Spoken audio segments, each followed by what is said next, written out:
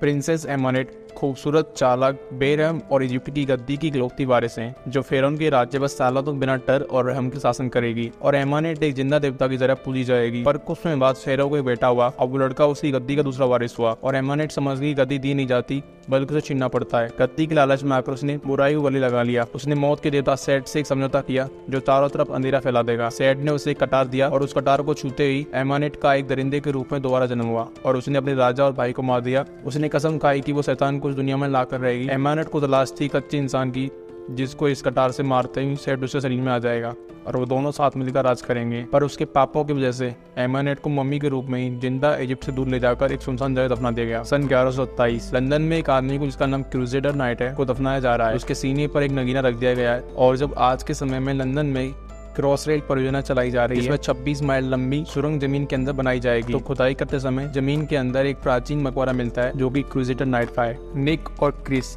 US army में है जो सेना के एक ऑपरेशन के लिए ईरान आए हुए हैं। पर निक वहां आकर एक खजाने को ढूंढ रहा होता है। उसके पास वहां तक पहुंचने का नक्शा भी है। जैसे ही वो दोनों वहां पहुंचते हैं वहां के लोग उन पर गोलियां बरसाना शुरू कर देते हैं। क्रिस हवाई हमले के लिए कॉल कर देता है और एक ड्रोन उसी जगह बॉम्ब गिरा देता है जिससे वो सभी लोग वहां से भाग जाते हैं और धमाके की वजह से अब वहां की जमीन धंसना शुरू करती है और एक बड़ा सा गड्ढा बन जाता है। इसकी सूचना मिलने पर आर्कियोलॉजिस्ट जेनी भी वहां जाती है। जेनी और निक एक दूसरे को पहले से जानते हैं। निक, जेनी और क्रिस उस गड्ढे में नीचे उतरते हैं। वहां उन्हें मालूम पड़ता है कि ये तो एक मकबरा है। मकबरे की छत से पारा टपक रहा होता है जो नालियों से होकर एक कुआं में इकट्ठा हो रहा है। जेनी बताते हैं कि प्राचीन इजिप्शियन मानते थे कि पारा दुष्ट आत्माओं को कमजोर बनाता है। जेनी उस कुएं का जायजा ले रही होती है। उस कुएं के चारों तरफ घुसपैठियों को रोकने के लिए एक रस्सी बांधी हुई है। उसके किनारों पर 6 पहरेदार खड़े हुए हैं जिनका मुंह कुएं की तरफ है, ना कि बाहर की तरफ। वो कहते हैं कि एक जेल है, यहाँ किसी को कैद किया गया है। इसी बीच निक एक रस्सी पर गोली चला देता है और रस्सी टूट जाती है जिससे एक ताबूत कुएं से बाहर आ जाता है और उस ताबूत के बाहर आते ही वहां मकड़ियां आ जाती हैं। एक मकड़ी क्रिस की गर्दन पर काट लेती है। निक को कुछ दृश्य दिखाई देते हैं जिसमें एक लड़की रेत में घूम रही है। तभी जेनी उससे कहती है कि अपनी टीम को बुलाओ, हमें यहाँ से बाहर निकलना है। वो तीनों उस कुएं से बाहर निकल आते हैं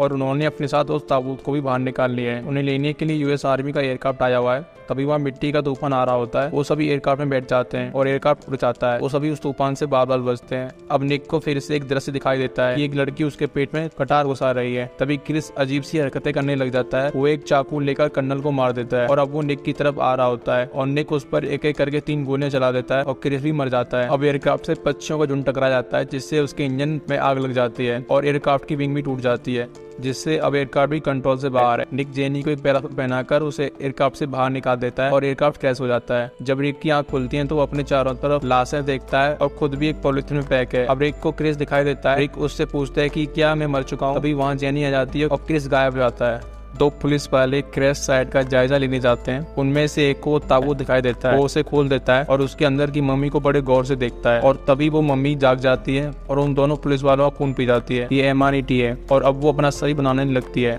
निक और जेनी एक बार में जाते हैं। जेनी बताती है कि वो किसी आर्कियोलॉजिस्ट ग्रुप के लिए काम करती है जिससे उसे ये जानकारी मिली है कि इजिप्ट की राजकुमारी का नाम इजिप्ट के इतिहास के पन्नों से मिटा दिया गया है। हम किसी एक खास हथियार की तलाश में जिससे सेट की कटार कहते हैं। ये एक खास खंजर है जिसके ऊपर एक खास नगीना जड़ा हुआ है। सेट मौत का देवता माना जाता है और इतिहास बताता है कि कटार और नगीना मिलकर सेट को ताकत और शारीरिक रूप दे सकते हैं। इस कटार को क्रूसेडर नाइट ने कई साल पहले चुरा लिया था। वो कटार कहीं खो गई और वो नगीना क्रूसेडर के साथ ही यहीं कहीं इंग्लैंड में दफना दिया गया था और क्रूसेडर का वो विशाल मकबरा हाल ही में लंदन में पाया गया है और उसे यकीन है कि वो नगीना जरूर वही होगा। निक को क्रिस दिखाई देता है।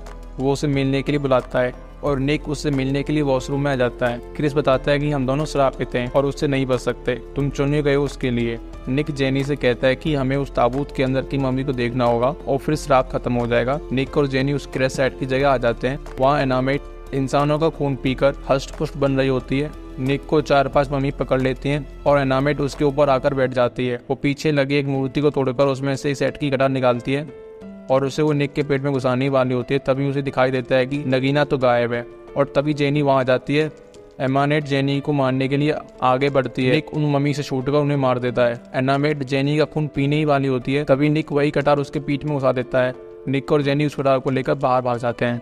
अब निक और जेनी एक वैन में बैठकर भागने लगते हैं। जेनी निक को बताती है कि एनामेट तुम्हारे दिमाग में है और वो घूम फिर के फिर से उसके सामने आ जाते हैं। निक वैन को लेकर दूसरे रास्ते से भागता है, तभी अचानक एक मम्मी उन पर हमला कर देती है और वैन पलट जाती है। एनामेट धीरे धीरे उसकी तरफ आ रही होती है। निक को अचानक जोश आ जाता है और वो एक डंडा उठाकर उसकी तरफ आगे बढ़ता है। एनामेट निक को एक थप्पड़ मारती है और निक 10 मीटर दूर जाके गिरता है। एनामेट जेनी का खून पीने वाली होती है, तभी वहाँ कुछ लोग आ जाते हैं। वो एनामेट को पकड़ लेते हैं। अब एक आदमी निक को भी बेहोश कर देता है। जब निक को होश आता है तो उसे 2 आदमी एक लेन में ले जा रहे होते हैं। वहाँ निक डॉक्टर हेनरी से मिलता है। हेनरी एक सीक्रेट एजेंसी चलाता है जो सुपर नेचुरल थ्रेट से लड़ती है। हेनरी निक को एनामेट के पास ले जाता है। एजेंसी के लोग एनामेट की नसों में -38 डिग्री सेल्सियस पर पारा डाल रहे होते हैं, जिससे वो जम जाएगी और फिर उसे चीरकर उसकी जांच की जाएगी। हेनरी बताता है कि जेनी हमारे लिए काम करती है। वहीं लंदन में खुदाई करने वाले लोगों को एक कब्र के अंदर वो नगीना मिल जाता है। हेनरी उस कटार में नगीना लगाकर निक को मारना चाहता है, जिससे कि सेट उसके अंदर प्रवेश कर सके